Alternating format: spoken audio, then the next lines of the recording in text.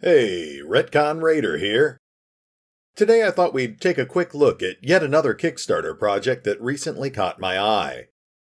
Today I thought we'd talk about The Iron Oath by Curious Panda Games. So, what is The Iron Oath? Well, it's still very early in development, and the folks at Curious Panda Games are still in the fundraising phase. But from what they've told us so far, it's essentially a turn-based tactical RPG combined with a guild management game, all set against a dark fantasy backdrop that was loosely inspired by Dungeons & Dragons. Overall, I would probably describe the concept as a cross between Darkest Dungeon and Battle Brothers. In Iron Oath, the player takes control of a mercenary guild who travel across a persistent overworld in search of fame, fortune, and adventure. The player is tasked with recruiting and training new members of his guild, finding lucrative contracts, assigning small teams of guild members to handle those contracts, and then taking direct control of each team as they fight their way through dungeons or other dangerous locations. The main focus of the game seems to be on these adventuring sequences, which appear to involve assembling a team of 4 adventurers from your roster and then following them as they trek through a procedurally generated dungeon, finding treasure, dealing with random events, and killing any enemies that get in their way. Conceptually, this is very similar to how things work in Darkest Dungeon. Combat is handled using a somewhat simplified turn-based tactical combat system, but unlike Darkest Dungeon, it makes use of a small hex-based battle grid. During battle, units can move around on a small map, putting more importance on things like tactical positioning and the use of area attacks. Different units have different types of strengths and weaknesses, but the 2 big limiting factors in any battle are health and spirit, with spirit essentially representing your standard mana resource, which fuels all of your character's special abilities. Outside of combat, the global campaign structure is more reminiscent of games like Battle Brothers, with the player tending to the day-to-day affairs of running a guild. They have to find recruits and fill out their ranks with promising mercenaries, choosing from 12 distinct classes, though the developers have stated that they have plans for at least 9 additional character classes that may be added in the future.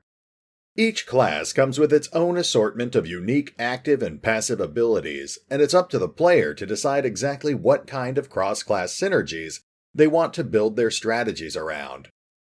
Different types of enemies may require different types of strategies, so it will be important for the player to remain flexible, adapting their mix of adventurers to deal with different sorts of contracts. As the campaign progresses, the player will have to take care of both expected and unexpected occurrences. They'll need to manage their guild's gold and reputation, of course, but they'll also have to tend to random events as well as the personalities and preferences of their own recruits. Each adventurer will come with their own randomly generated backstory, which may influence how they feel about the player's decisions, as well as their motives, opinions, and overall loyalties, which can shift as the campaign advances. Recruits will also form opinions about each other, meaning that over time you may find that they've developed preferences about who they go on adventures with. And of course, as recruits participate in successful adventures, they'll gain levels which will grant them points that can be used towards improving their abilities, each of which comes with its own branching skill tree. The game will also feature a Diablo-like loot system, which will provide ample opportunities to further customize the player's recruits. But, like in Darkest Dungeon and Battle Brothers, the Iron Oath will present the player with a harsh world, where life is cheap and death is permanent. Recruits can be injured or even outright killed during battle, and those who do survive their time as a mercenary will grow weaker but wiser as they grow older, and they'll eventually want to retire. So the player will need to be prepared to continue rotating their roster as the campaign progresses. Fortunately, the game will also feature a mentor system, which will help the player by allowing them to assign higher-level adventurers as mentors to their newer recruits, increasing their experience gains and possibly even passing on positive traits or passive abilities.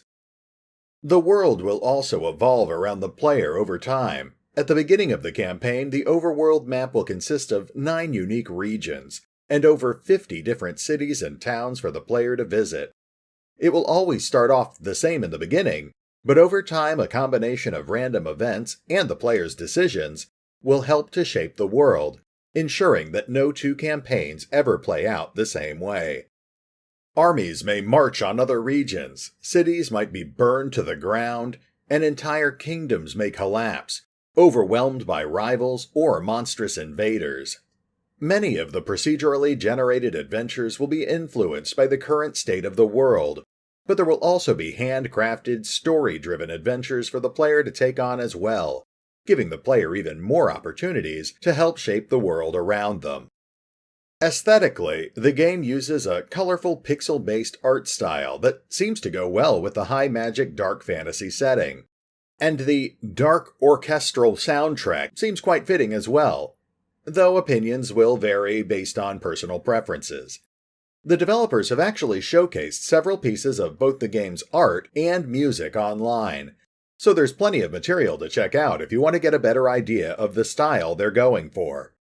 The Iron Oath crowdfunding campaign is still in progress on Kickstarter, but not for much longer. Their funding goal is a rather modest $45,000, but unfortunately the project just doesn't seem to be getting much traction. There are currently 2 stretch goals, one which will allow the player to recruit non-combatants into their guild, and another which will add sea travel and aquatic encounters to the game. But at the moment we're not even close to unlocking them. There's also an assortment of social goals with attached in-game rewards such as alternate character skins and improved character portraits, but that's been progressing rather slowly as well. If Iron Oath is successfully funded and nothing goes wrong during development, the developers have tentative plans to release a backer beta in late 2018, followed by the game's full release in early 2019. They're currently planning to release the game through the Steam and Humble Store distribution platforms, with support for PC, Mac, and Linux operating systems. Personally, I do think that some caution is warranted. This is a low-budget project with a lot of ambitious ideas, backed up by a rather small development team. But because I'm a huge fan of games like Battle Brothers and Darkest Dungeon, I've decided to go ahead and back this project as well. And hey, if you think it sounds interesting, then I encourage you to go check out the crowdfunding campaign for yourself. I've earmarked a few other potentially interesting video game projects on Kickstarter that I may talk about over the next few weeks. But for now, this is RetconRaider, signing off. Thanks for listening. Oh, and remember, although I do love talking about the Iron Oath, you can find out more about the game by visiting the official website, the official YouTube channel, or the crowdfunding campaign over on Kickstarter. Links are in the description.